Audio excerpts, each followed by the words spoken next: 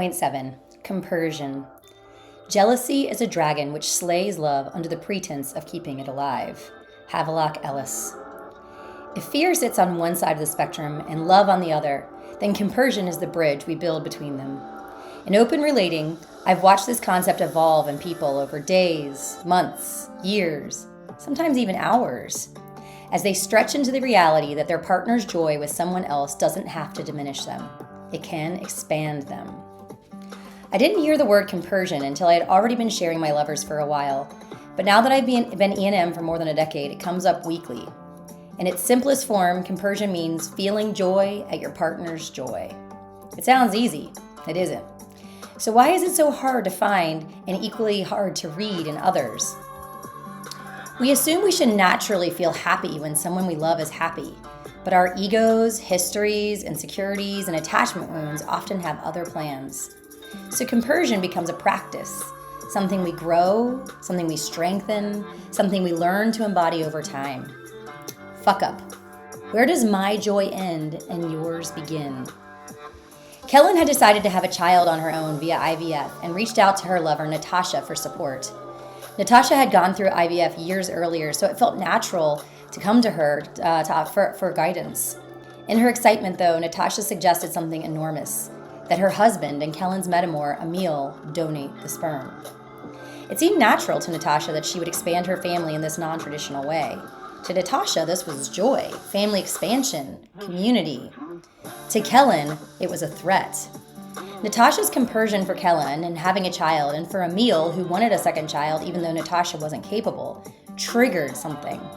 She didn't understand how Natasha could be that excited enough to celebrate a deeply personal journey that didn't include her.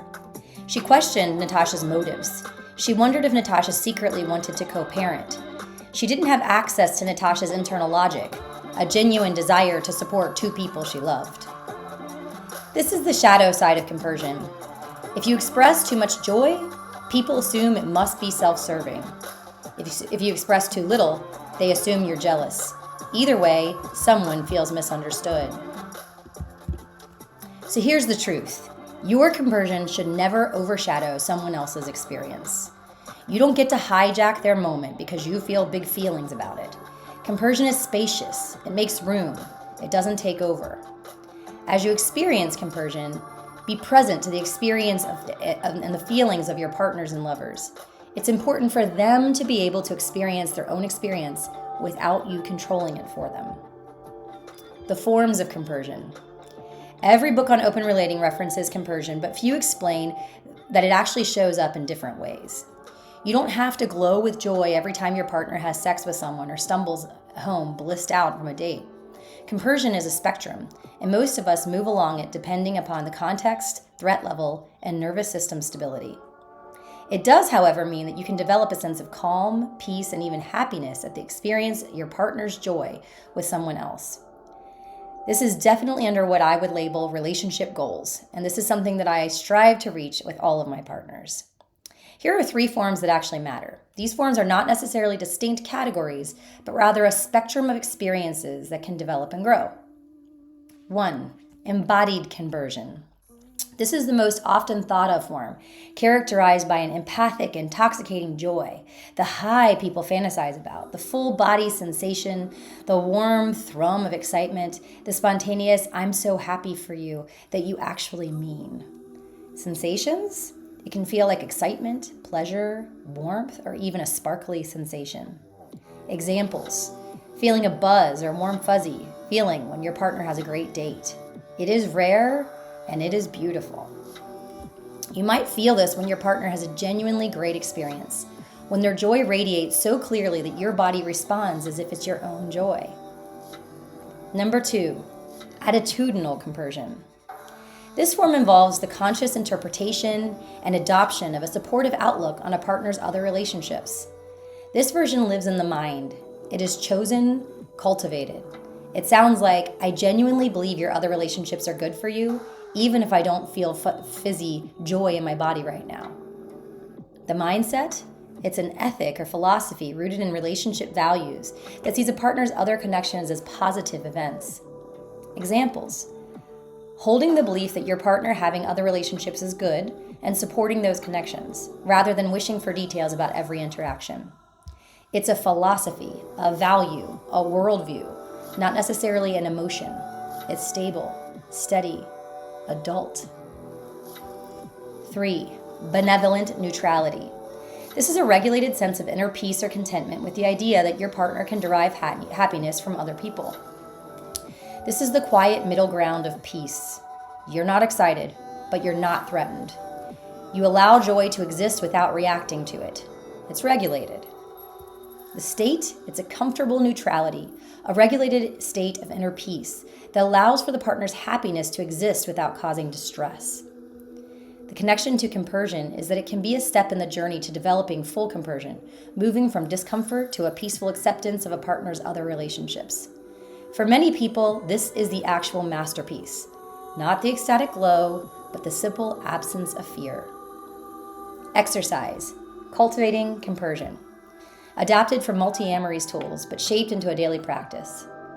Compersion grows when you build trust, regulate your nervous system, and shift from scarcity to abundance. Try this journaling prompt set. 1. Build trust and connection. Compersion thrives in an environment of trust. Focus on the connection you share with your partner. What is one thing you can do today that strengthens trust between you and your partner? Not in theory, in practice. 2. Practice self-compassion. Be kind to yourself when you feel jealousy. Self-compassion is the antidote to shame and helps you move towards compersion. Name a recent moment when you felt jealousy. Now offer yourself a gentle affirmation instead of shame. 3. Gratitude shift. Shift your perspective by focusing on what you have and the happiness of your partner, rather than what you fear you are losing. Name one thing about your partner you're grateful for today, something unrelated to their other relationships. 4. Abundance lens. View your partner's happiness with others as a positive experience that adds to the overall joy in your life, rather than as a limited resource that is being taken away. Where in your life has abundance already served you? Money, friendships, opportunities? Let that mindset bleed into your relational life. 5. Reach out instead of pulling in. Create a sincere and intentional connection with the people you feel jealousy toward. When was the last time you reached out to someone you were feeling jealousy toward to build connection? Who can you reach out to today? Identify someone you feel jealousy toward. What is one small, low-stakes way to build connection with them? A kind message, a shared moment, a simple hello? Compersion isn't moral superiority. It's relational strength. It's emotional fitness. It's maturity in motion. Much like emotional intelligence, compersion is a practice. It's like a muscle. It grows with reps. Takeaway: joy expands when you don't try to own it. Our goal is not the management of others, but rather our appropriate responsiveness to them. Natasha's joy couldn't replace Kellen's. It couldn't define it, and it definitely couldn't control it. But it could sit beside it, support it, match it, respect it. Compersion thrives when we respect emotional boundaries, our own and our partners'. It's not about feeling euphoric every time someone you love loves someone else. It's about trusting that love isn't a threat to you, even when your nervous system hasn't quite learned that yet. Let joy exist without needing it to be yours. That's the whole magic.